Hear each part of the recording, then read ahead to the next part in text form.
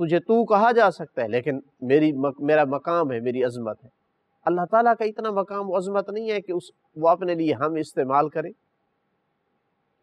جہاں تو اپنے لیے ہم کہتا ہے تو تنہا اپنا آپ کو مراد لیتا ہے، تو اللہ تعالیٰ اپنے آپ کے لیے ہم استعمال نہیں کر سکتا اپنی عظمت اور اپنے مقام اور اپنی قدرت اور سلطنت اور جبروت کو ظاہر کرنے کے لیے۔ پھر یہ اتنا خطرناک آپ کام کر رہے ہیں کہ اس کے بہت بڑے خطرناک نتائج ہیں، کیونکہ قرآن نے جہاں اللہ تعالیٰ نے اپنے لیے ہم استعمال کیے، ان میں سے ایک مورد اِنَّا نَحْنُ نَزَّلْنَا الذِّكْرَ وَإِنَّا لَهُ لَحَافِظُونَ، ہم نے قرآن کو نازل کیا اور ہم اس کے محافظ ہیں۔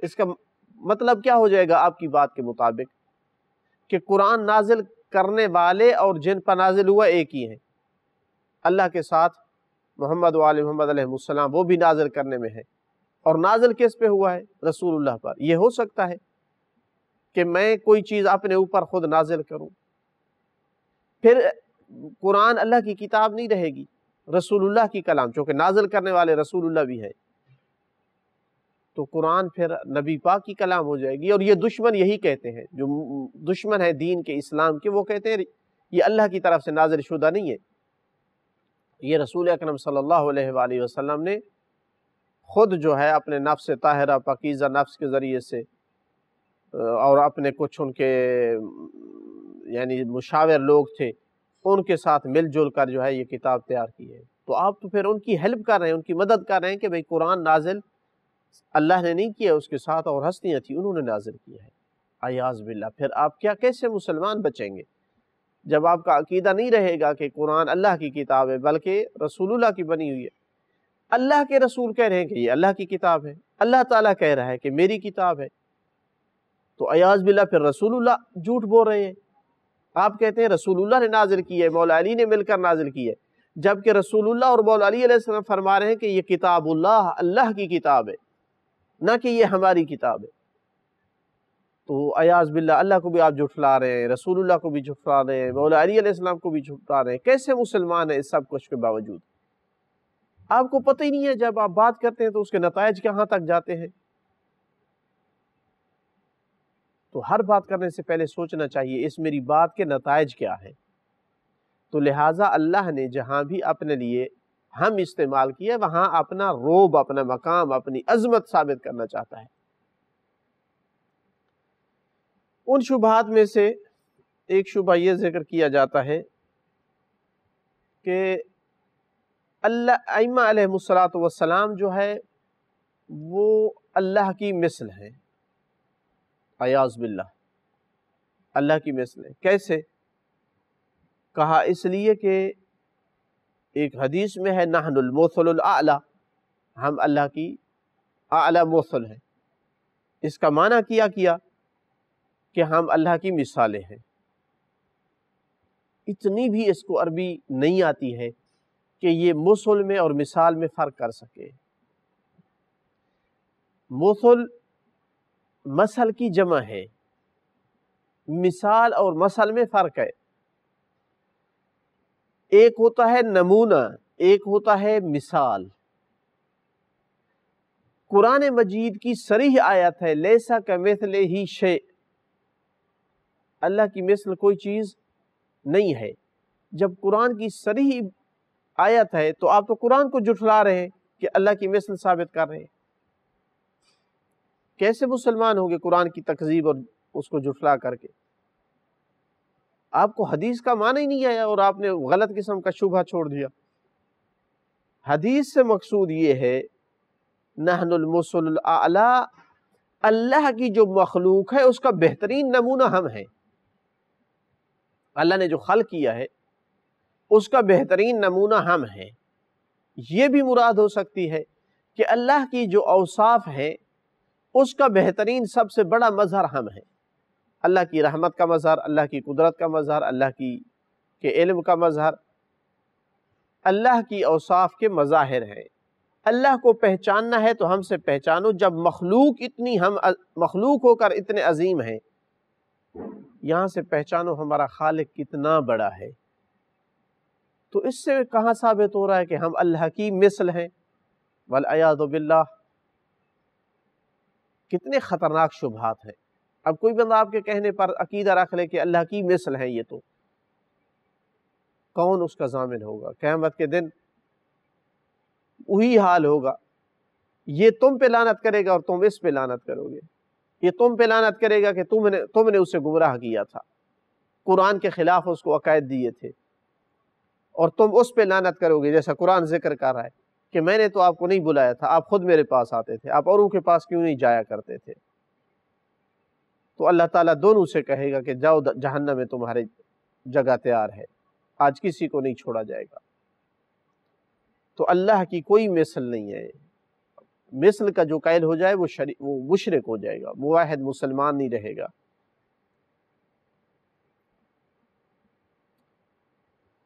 اسی طرح مثلا کچھ نے یہاں تک کہہ دیا، یعنی کیا ذکر کیا جائے، یہاں تک کہہ دیا کہ اللہ کی جو ذات ہے وہ روح حسین ہے، عیاذ باللہ۔ یعنی تب تک ان کو سکون نہیں آتا جب تک کہ وہ اللہ کے ذات کے ساتھ، اللہ کی اوصاف کے ساتھ کسی کو شریک نہ ٹھہرائیں، حالانکہ معلوم ہے کہ وہ بندہ مسلمان نہیں رہتا ہے، مشرک ہو جاتا ہے۔ کیا دلیل ہے کہ امام حسین علیہ السلام کی روح ہے، جبکہ اللہ نے تو خلق کیا امام حسین علیہ السلام کی روح کو؟ یعنی کوئی یہ بھی ان سے نہیں پوچھتا کہ کیسے آپ کہہ رہے ہیں کہ امام حسین علیہ السلام کی روح اللہ کی ذات ہے، جبکہ امام حسین علیہ السلام کو اللہ نے خلق کیا ہے؟ تو کیا اپنے آپ کو خلق کرتا ہے؟ جب روح امام حسین علیہ السلام خلق ہو رہی تھی تو کون خلق کر رہا تھا؟ اللہ خلق کر رہا تھا نا۔ تو اس وقت تو اللہ موجود تھا اور ابھی تک روح نہیں تھی۔ دلیل کیا دیتے ہیں؟ معین الدین چشتی کے شعر ہیں، صوفی کے۔ پہلی بات یہ ہے کہ صوفیاء کا وجود مذہب امامیہ میں نہیں ہے۔ ائمہ علیہ السلام نے صوفیاء سے براءت کا اعلان کیا اپنے زمانے میں، چونکہ یہ اکثر صوفیات بدعات کے قائل ہوتے تھے، ظاہر شریعت سے ہٹ کر اپنے طرف سے بنایا کرتے تھے۔ اور دوسری بات یہ کہ اگر مسلمان بھی ہو، مثلا ایک صوفی ہے مسلمان بھی ہو، تو اس کی بات سے عقیدہ لینا، عقیدے کے لیے تو معصوم کی بھی ایک خبر کہتے ہیں کافی نہیں ہے،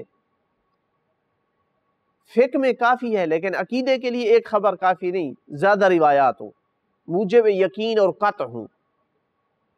نہ کوئی معصوم کی روایت ہے، نہ حدیث ہے۔ معین الدین چشتی نے کہہ دیا کہ نداء روحی روح است حسین، اسم اللہ ذات است حسین، نام صرف اللہ کا ہے اور ذات جو ہے وہ روح حسین ہے۔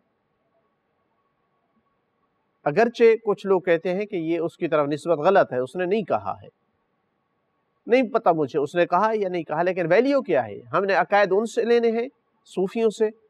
خوف خدا کریں، اللہ کے رسول نے صوفیاء کا نہیں کہا تھا، دنیا سے جاتے وقت فرمایا تھا کتاب اللہ و اطرت اہل بیت، ان سے لینا ہے مذہب، تب گمراہی سے بچ جاؤ گے۔ ان کے علاوہ کسی دروازے پہ گئے تو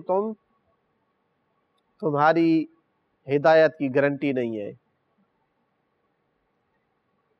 تو لہٰذا یہ ممکن نہیں ہے کہ اللہ کی ذات جو ہے وہ اس کی کسی مخلوق کی روح جو ہے اللہ کی ذات ہو، کیونکہ اس کا معنی یہ بن جائے گا کہ امام حسین علیہ السلام خالق بھی ہیں اور مخلوق بھی ہیں۔ یہ کس کی عقل ان چیزوں کو قبول کرتی ہے؟ آدم علیہ السلام میں جو روح پھونکی گئی وہ امام حسین علیہ السلام کی روح تھی۔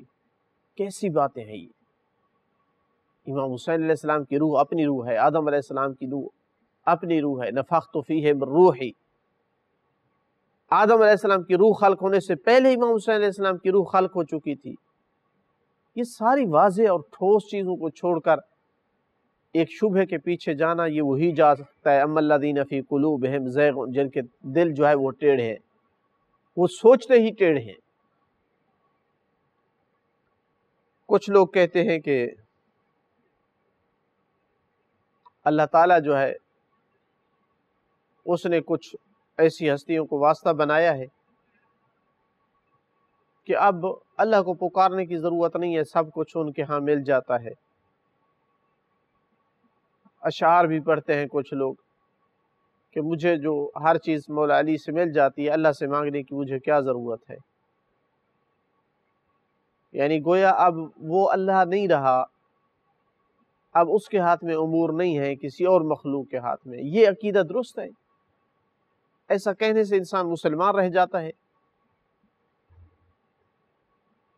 ہم قرآن کی طرف آتے ہیں، حدیث کی طرف آتے ہیں تو مسلسل یہی دیکھتے ہیں کہ انبیاء ائمہ علیہ السلام اللہ کو پکار رہے ہیں، اللہ سے مانگ رہے ہیں، رزق بھی مانگ رہے ہیں، صحت بھی مانگ رہے ہیں، طول عمر بھی مانگ رہے ہیں، دشمن سے دفاع میں جو ہے اللہ سے مدد بھی مانگ رہے ہیں، جبکہ ادھر سے دیکھا جائے تو ان پڑھ قسم کے لوگ، دین سے دور لوگ، پیسے کے پجاری لوگ، بھوکی سستی شہرت کے بھوکے لوگ، وہ اس طرح کی باتیں لوگوں کو سکھا رہے ہیں۔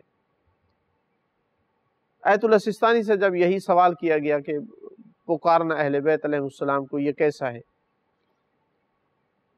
تو ان کی طرف جو جواب منسوب ہے کہ انہوں نے یہ فرماتے ہیں کہ میرے خیال میں تو کوئی بھی ایسا نہیں ہے کہ جو حضرت علی علیہ السلام کو اس عقیدے کے ساتھ پکارے کہ امیر المومنین علیہ السلام مستقل ہیں اس میں، یعنی اللہ تعالیٰ کی جگہ لے لی، اللہ تعالیٰ کی طرح وہ کائنات میں تصرف کا حق رکھتے ہیں، بلکہ صحیح ہے یہ ہے کہ لوگ جو پکارتے ہیں مولا علی علیہ السلام کو تو وہ یہ سوچ کر ایسا کرتے ہیں کہ امیر المومنین اللہ کے ایک مقرب بندے ہیں، ولی اللہ ہیں، تو وہ ہمیں اللہ تعالیٰ سے جو ہے وہ دلوا سکتے ہیں، چونکہ وہ ہمارے اور اللہ کے درمیان جو ہے وہ واسطہ ہے، اور اسے توسل کہا جاتا ہے یا طلب شفاعت کہا جاتا ہے۔ یہ جن کو اللہ نے وسیلہ قرار دیا ان سے طلب شفاعت کرنا جائز ہے، ہاں جن کو اللہ نے وسیلہ نہیں بنایا جیسے بت وغیرہ تھے ان سے طلب شفاعت کرنا بھی حرام تھا، لیکن ائمہ علیہ السلام کو اللہ نے وسیلہ قرار دیا ہے تو ان سے توسل کرنا جائز ہے۔ قرآن مجید میں یہ آیت ہے سورہ نساء کی آیت نمبر 64 کہ جس میں یہ لکھا ہے کہ جب یہ لوگ، آیت کا ترجمہ، جب یہ لوگ خود پر ظلم کر بیٹھتے تھے تو اگر آپ کی خدمت میں، یعنی رسول اللہ کو خطاب ہے، اگر آپ کی خدمت میں حاضر ہو کر اللہ سے معافی مانگتے اور رسول بھی ان کے لیے مغفرت کی دعا کرتے تو وہ اللہ کو توبہ قبول کرنے والا اور رحم کرنے والا پاتے۔ تو اس کا مطلب ہے شفاعت کا حق ہے ان کے پاس، کسی کے لیے بھی مغفرت کی دعا کر سکتے ہیں، اور لوگوں کو بھی جانا چاہیے ان سے طلب مغفرت کروائیں اللہ تعالیٰ سے۔ اسی طرح سورہ مائدہ کی آیت نمبر 35 میں کہ اے ایمان والو اللہ سے ڈرو اور اس کی طرف کوئی وسیلہ اور ذریعہ تلاش کرو، تو وسیلے کا حکم دیا ہے۔